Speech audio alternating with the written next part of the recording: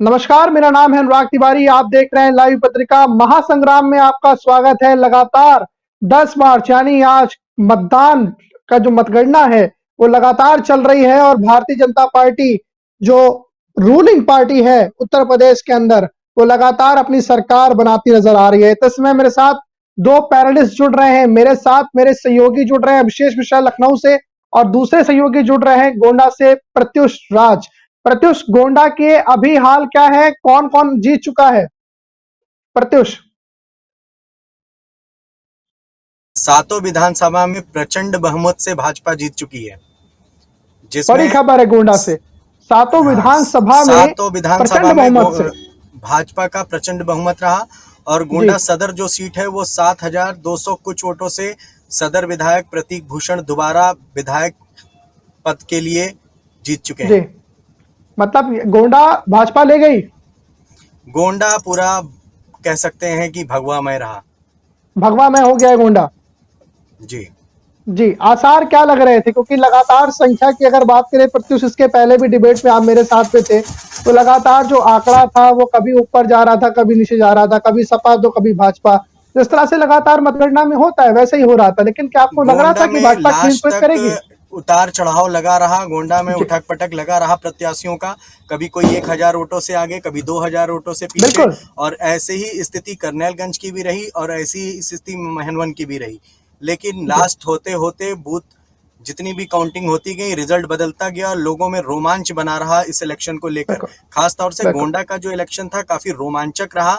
ये एक तरह से जिस तरह से क्रिकेट मैच का रोमांच रहता है उसी तरह का एक रोमांचक मैच रहा इन दोनों प्रत्याशियों के बीच। बिल्कुल, बहुत बड़ी बात प्रत्युष, एक बहुत बड़ी बात आपने कही। जैसे कि क्रिकेट मैच में होता है ना कि आखिरी बॉल तक समझ में नहीं आता कौन सी टीम जीतेगी, और कभी जो है गुगली फेंकी जाती है, कभी यॉर्कर फेंकी जाती है, कभी छक्का मारा जाता है तो कभी चौका मारा जाता है।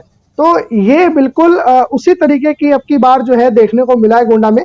दूसरे सहयोगी इस समय अभिषेक मिश्रा लखनऊ से। अभिषेक, आवाज आ रही है आपको मेरी? जी, जी, आवाज़ आ रही है आपकी?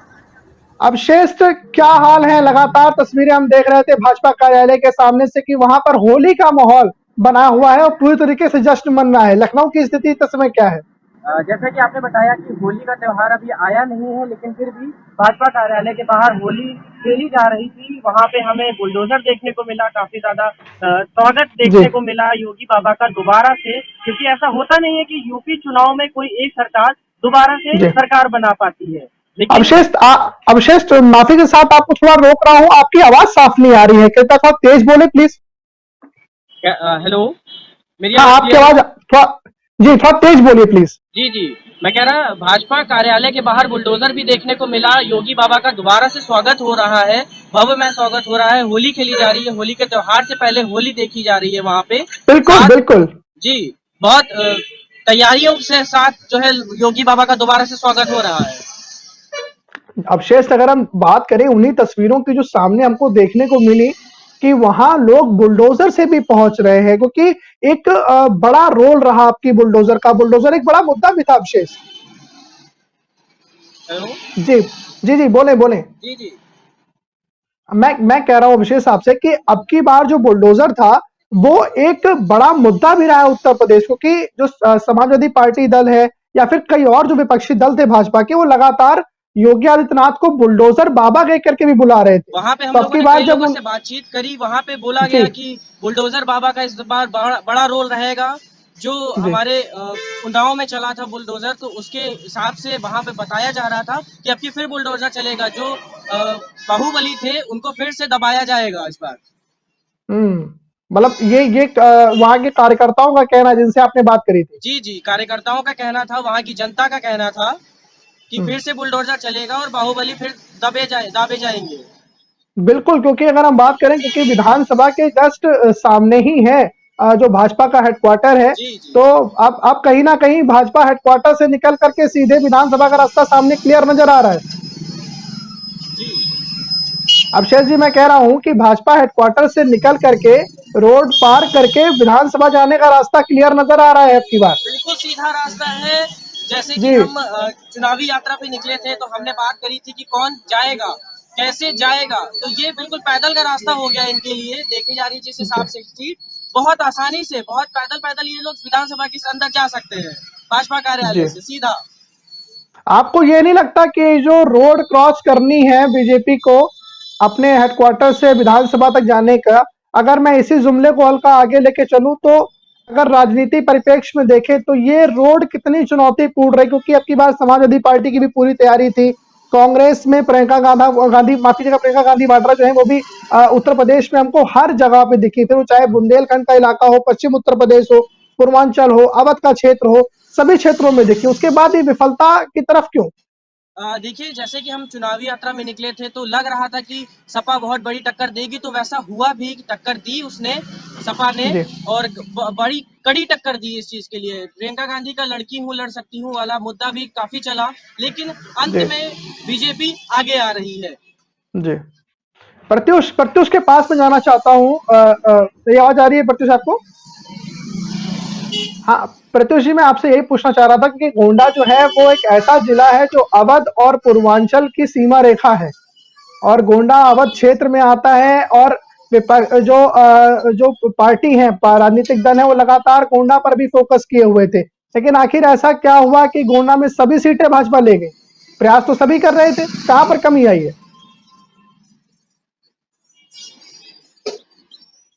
ठीक है, और कहीं ना कहीं ये भी एक फैक्टर इफेक्ट किया है, जो बाबा का रेगुलर आना, मुख्यमंत्री का रेगुलर अयोध्या पर भी नजर रखना और पूर्वांचल की सीटों पर नजर रखना, जिसका एक प्रधारण यही है कि प्रचंड बहुमत से इधर की सारी सीटें भाजपा जीती है। और कहीं ना कहीं विरोधी पार्टियां जो थी या अपोजिट पार्टियां जो थी, उनकी रणनीतियों में कुछ कमियां दिखी, और लोगों को ये लगा कि हाँ, इसी पार्टी में हमारा विकास और सबका विश्वास वाली जो नीति है, इसी में कहीं ना कहीं सार्थक होती है। प्रत्युष, मैं थोड़ा युवा सा भी आपको कहीं ना रोक रहा हूँ। कहीं प्रत्युष मुझे माफ करिएगा, मैं थोड़ा सा आपको रोक रहा हूँ। आपने कहा ना सबका साथ सबका विकास और विश्वास की बात आपने करी, तो क्योंकि हमने कोरोना का काल देखा, उस समय भी विपक्ष लगातार कह रहा था कि विफल रही है सरकार।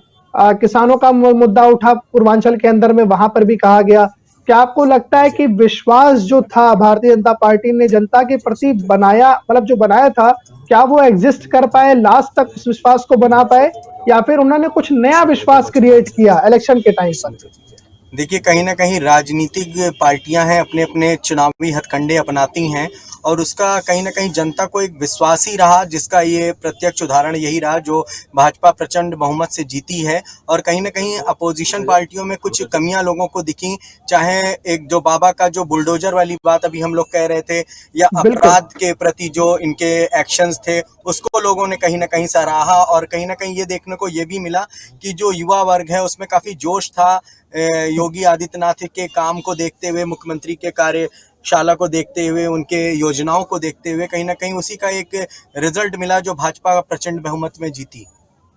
जी बिल्कुल, क्योंकि युवाओं की अगर हम संख्या बात करें तो नए जो युवा वोटर्स थे उनकी भी तादाद कुछ कम नहीं थी। लोगों ने भी भारी मात्रा में जो है मतदान किया है, खासकर युवाओं ने। जी, कहीं ना कहीं युवाओं का जो जोश दिखा, वो कहीं ना कहीं भाजपा के प्रति। जी बोले अवशेष।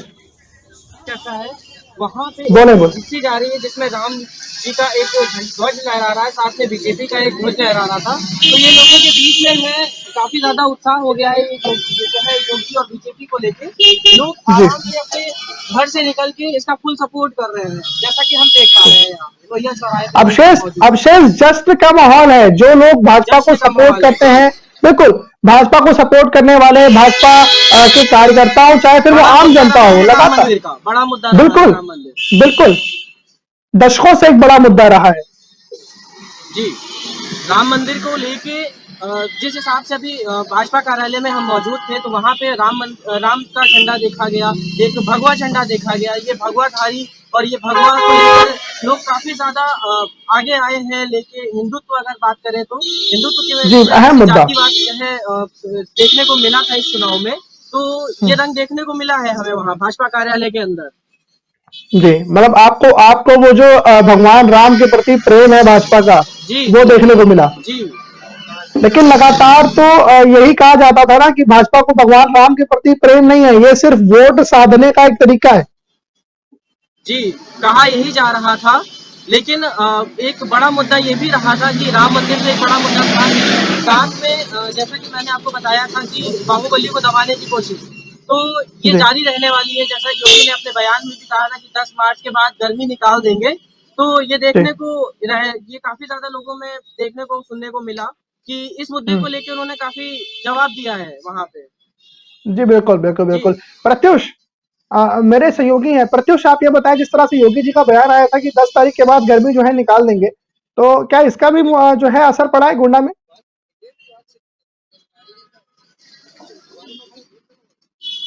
काफी पूरा काफिला और पूरा गोंडा कह सकते हैं कि अबीरमय हो गया है। लग रहा है आज ही गोंडा में जी। होली है। और साथ ही हुँ। साथ में ये भी एक बहुत बड़ा फैक्टर रहा कि सारी गर्मी निकाल देंगे। लोगों को कहीं ना कहीं ये विश्वास दिखा कि यही एक मुख्यमंत्री ऐसी हैं जो ऐसी बातें कर सकते हैं और शायद ये करके दिखाएं। इस पर मतलब जनता ने भाजपा काफी जो है गोंडा विश्वास के किया। अंदर लोगों में विश्वास बनाने में कायम रही, मतलब विश्वास बना ले गए वो। बिल्कुल, ये कह सकते हैं कि कहीं न कहीं ये जो भाजपा की स्ट्रेटजीज़ थी या जो भाजपा की नीतियाँ थी, वो लोगों में कहीं न कहीं दिलों में जाके बसी हैं। जिस तरह के लोग गली-गली, चौराहों-चौराहों पे भाजपा का स्वागत कर रहे हैं। प्रत्युष, आपसे एक सवाल मेरा है कि अब मान लीजिए कि क्योंकि बहुत सारी तैयारी लगातार समाजवादी पार्टी एक हायर हायर कंपटीशन रही है भारतीय जनता पार्टी का उत्तर प्रदेश के अंदर में। ये हार का जब मंथन होगा तब तो क्या बातें होंगी, खैर वो तो हम इस बारे में नहीं चर्चा कर सकते। पर आपको क्या लगता है कि समाजवादी पार्टी या किसी और अन्य दल की हार की मुख्य वजह क्या रही और भाजपा के जीतने की मुख्य वजह क्या रही? कहीं न कहीं जो मैंने अभी यहाँ के स्थानीय लोगों से बात की और कुछ ऐसी पार्टी के लोगों से भी बात की जो जिनको आज हार मिली है, कहीं न कहीं एक बड़बोलापन, लोगों में आत्मविश्वास की हुँ, कमी और लोगों में अपना विश्वास ना जता पाना। इसलिए लोग कंपैरिजन किए कि इस सरकार से उस सरकार में हमें क्या सेफ्टी मिलेगी, क्या जी। रोजगार मिलेगा युवाओं। और कहीं न कहीं महिला रक्षा सुरक्षा का भाई मामला था, जिसमें कई महिलाओं ने भी भाजपा को बढ़-चढ़ कर वोट दिया है। जी, तो ये बड़े फैक्टर्स हुए हैं गोंडा के अंदर या फिर कहीं राज्य के अंदर एक स्तर से, जिससे भाजपा को बड़ा प्रॉफिट हुआ है। जी। अवशेष, आपसे जानना चाहूंगा कि आखिर ये कौन-कौन से ऐसे अहम बिंदु थे जिस वजह से भारतीय जनता पार्टी वापस से स्टेट के अंदर आने आने जा रही है? क्योंकि आंकड़े तो यही बता रहे हैं।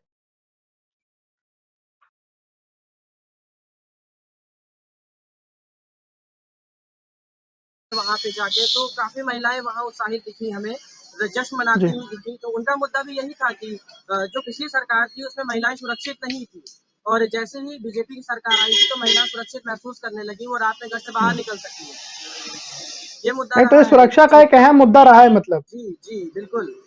इसने भी भाजपा को कहीं ना कहीं प्रॉफिट पहुंचाया और जाकर के वो वापस से रिटर्न होते दिखाई दे रहे हैं सत्ता के मोदी अंदर। जी का चला है डबल इंजन सरकार, तो काम किया उन्होंने। जैसा कि लोग ने जी। बोला, जैसे लोग बोल रहे थे कि काम हम्म, किया है तो काम के नाम पे वोट करेंगे, तो काम के नाम पे वोट मिला है, जहां तक देख हम्म। पा रहे हैं हम।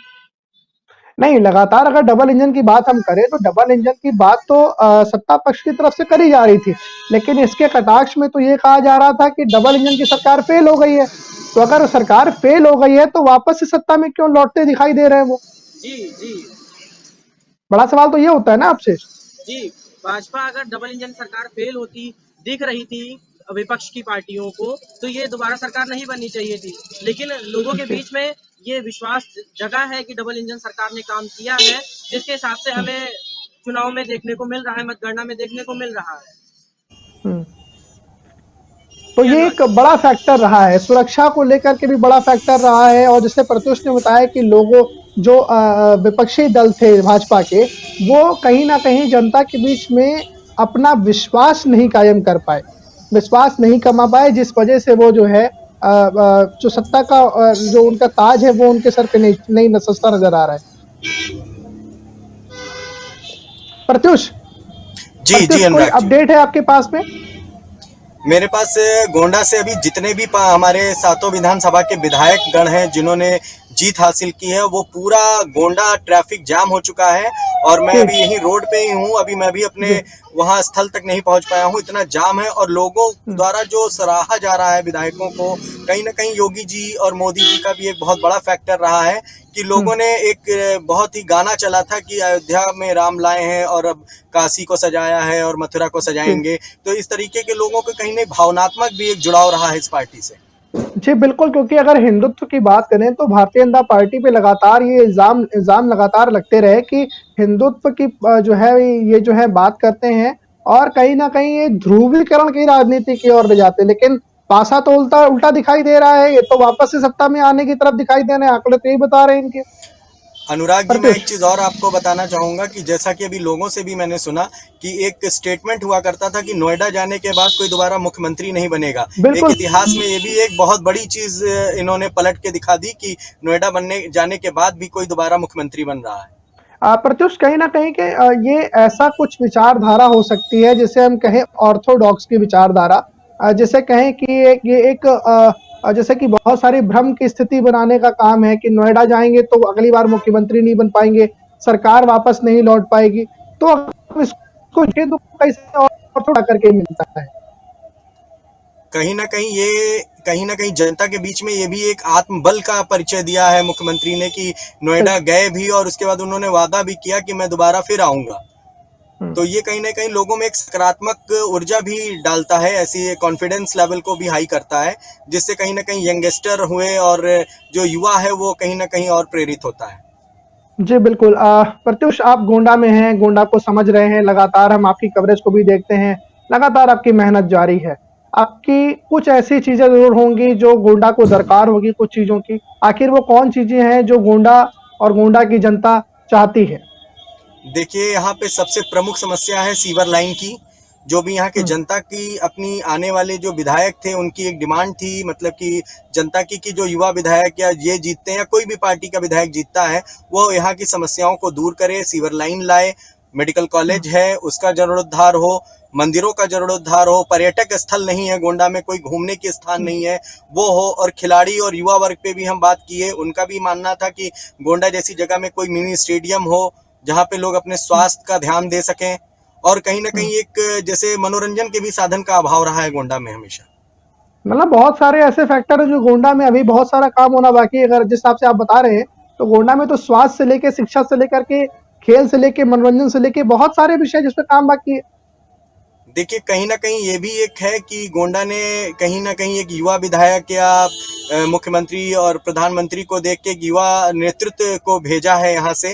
अब आगे ये देखना होगा कि ये विगत 5 वर्षों में ऐसे युवा विधायक जो यहाँ से चुन के जा रहे हैं, शायद बहुत ही कम उम्र है उनका, और क्या वो करेंगे 5 सालों में गोंडा के लिए। लोगों की उम्मीदें उनसे भी बहुत। जी, बिल्कुल। एक नई सरकार बनने के बाद सरकार का माफ़ कीजिएगा, जनता का प्रतिनिधि बनने के बाद में ज़िम्मेदारियाँ और बढ़ जाती हैं। तो ऐसे में गोंडा में जो भी विधायक चुन करके आए हैं, उनकी ज़िम्मेदारियाँ और बढ़ गई हैं। हम भी आशा करते हैं कि वो कुछ अच्छा काम करेंगे। बिल्कुल बिल्कुल अनुराग जी।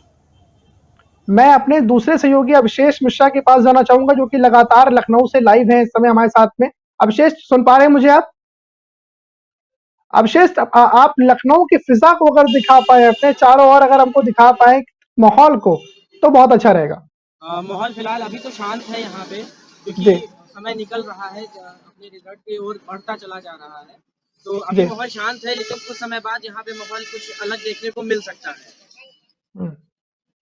मतलब जिस प्रकार से जब सूर्य अस्त हो जाएगा आज शाम को, उसके बाद जो शाम आएगी वो सुबह की तरह होगी। बिल्कुल, मतलब बिल्कुल ऐसा जश्न बिल्कुल का माहौल होगा। नई किरणें लेके आएगी सभी पार्टियों के लिए। वैसे तो बीजेपी आगे बढ़ती हुई दिखाई दे रही है, उसके लिए जो है सूर्योदय होगा वहां से, लेकिन फिर भी जी हम आशा करते हैं बाकी पार्टियों के लिए भी। जी जी, बिल्कुल बिल्कुल बिल्कुल। अवशेष, आप लखनऊ से हैं और लगातार लखनऊ में लाइव रिपोर्टिंग करते रहे हैं और बहुत सारे मुद्दे उठाते रहे। लखनऊ राजधानी है राज्य की, लेकिन अभी भी यहाँ पर कुछ चीजों की दरकार है क्या? अगर है तो वो कौन सी चीजें हैं? हेलो, जी जी जी, क्या कह रहे थे? फिर से जरा अवशे रिपीट करिए अवशेष, क्वेश्चन। जी जी बिल्कुल। मैं कह रहा था आपसे कि लखनऊ राज्य की राजधानी है, लेकिन क्या लखनऊ को कुछ चीजों की दरकार है क्या? लखनऊ क्या डिमांड करता है कि अब सरकार बनने के बाद लखनऊ में क्या कुछ होना चाहिए? मैंने जैसे आपको पहले भी बताया कि मैं चुनावी यात्रा पे निकला था बाहर, तो मैंने लोगों से बात की थी रिवर फ्रंट की। गोमती नगर में ही रिवर फ्रंट है, जो अखिलेश सरकार में बना था, लेकिन उसके आगे वो काम रुक गया है। लेकिन अब नई सरकार जैसे आ रही है, तो ये चाहेंगे कि मेट्रो का काम बढ़े और रिवर फ्रंट पे काम हो, या इस तरीके का विकास चाहता है इंसान। मतलब कनेक्टिविटी एक अहम मुद्दा है जी लखनऊ के अंदर। जी। क्योंकि पर्यटन के स्थल तो जिस देखने तरह को मिला था कि सपा की सरकार में ये सारे काम शुरू हुए थे, उसके बाद उनका बयान भी आया था कि हमने जो है बनाया था, काम शुरू किया था और जो है रिबन योगी सरकार ने काट दिया है। तो अब देखना ये रहेगा कि योगी सरकार विकास के लिए जो अपने नाम पे वो करती है, तो वो किन मुद्दों पे उन्हें जवाब दे पाएगी।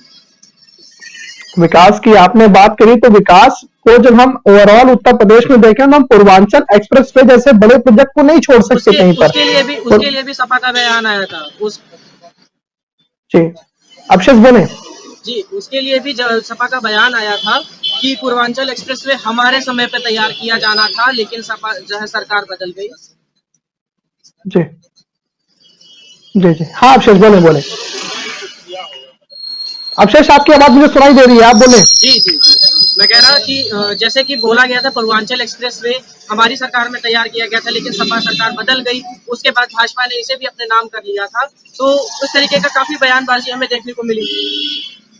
जी बिल्कुल, भाजपा और सपा के बीच लगातार जो है जबानी जंग वो लगातार देखने को मिली। लेकिन यहाँ पर अभिषेक से एक मेरा सवाल है आपसे कि आखिर उत्तर प्रदेश में लड़की हूं लड़ सकती हूं ऐसे स्लोगन के बाद प्रियंका गांधी वाड्रा के खुद ग्राउंड जीरो पे उतर जाने के बाद भी कांग्रेस की हालत देखने योग्य है, क्योंकि बहुत सारी कम जो है सीटें आई है, एक राष्ट्रीय स्तरीय पार्टी है, तो चिंता का विषय है कांग्रेस के लिए।